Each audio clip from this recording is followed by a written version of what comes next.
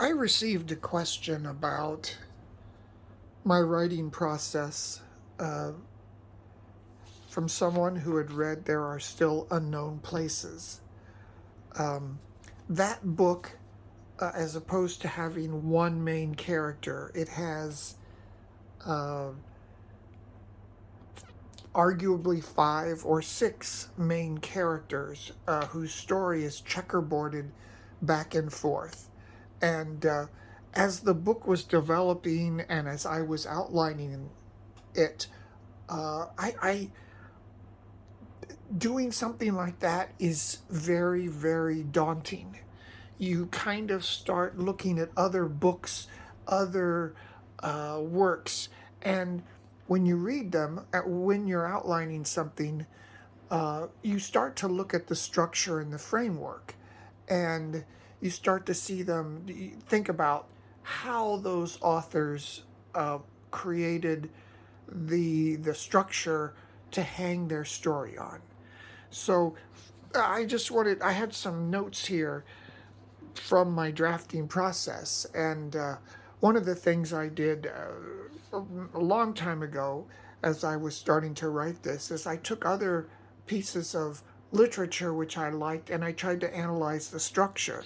And here's my structure sheet for Carson McCullers' The Heart is a Lonely Hunter. And this is something I really admired this book for many reasons, and for one of them was simply the framework on which she hung the stories. This has arguably five main characters. There'll always be one that seems the more prominent one.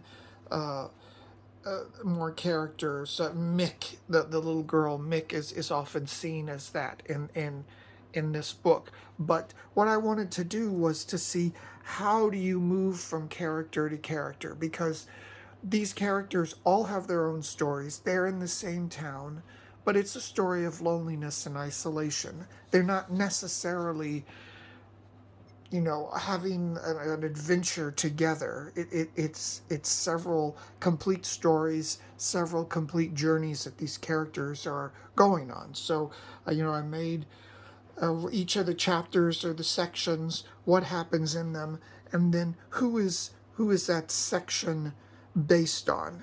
And from that, you can look back and forth and see how she's going back and forth from one to the other. And then when I read it, I can specifically look at how the themes, the mood can move into the next chapter, and how each story is going to be its discrete story in and of itself and not be confusing, and you won't forget any of the characters. So I did this with several books. This is the one for Heart is a Lonely Hunter, and I've color coded where the different characters come in.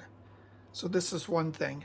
And then, here's when I'm in the process of writing something, and this is for an upcoming book that's 100% completely finished and formatted, but not yet released. This is a first.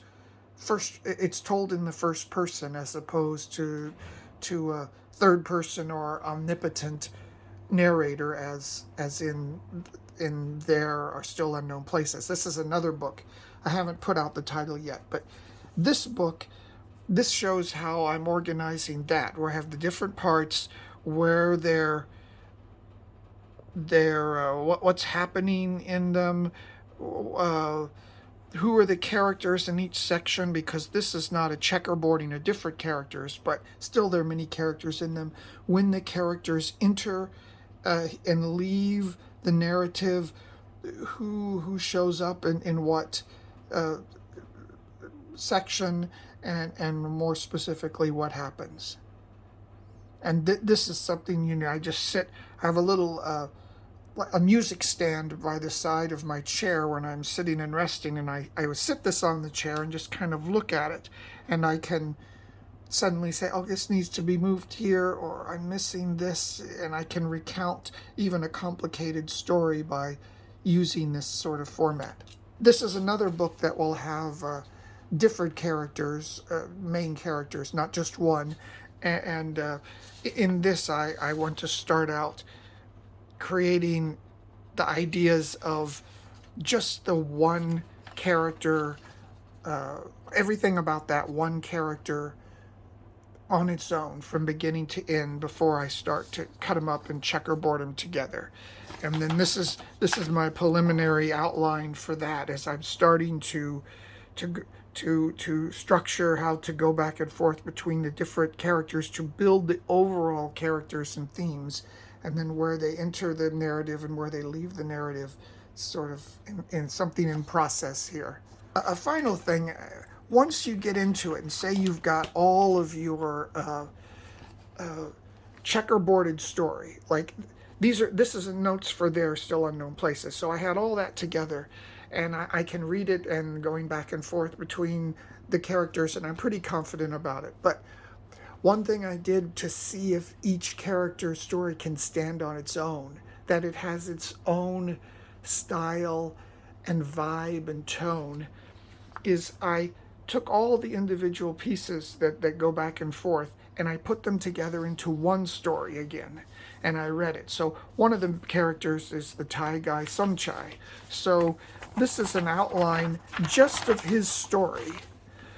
So I put this together, I put the text together in another document, and I have this, and I can kind of read through it and see, is this building in the way I want it to build? Is it saying the things that I want it to say? Is his character distinct and in every point? Now here's another character, the failed priest Peter. Here's his story on its own, where I've taken out all the different chapters on him and just put them together as one mini book. And there's a lot of notes there. And Guy, another character, the Thai girl Porn. Here's her, a lot of odds and ends. And Winston, the old hand character. So there's a lot of moving around of pieces there. But this is another method. Once you've got your checkerboard together and you got your whole draft together, then you can pull out all of those characters on their own, read them as their own story, and see how that works out. So these are some of my methods that I use to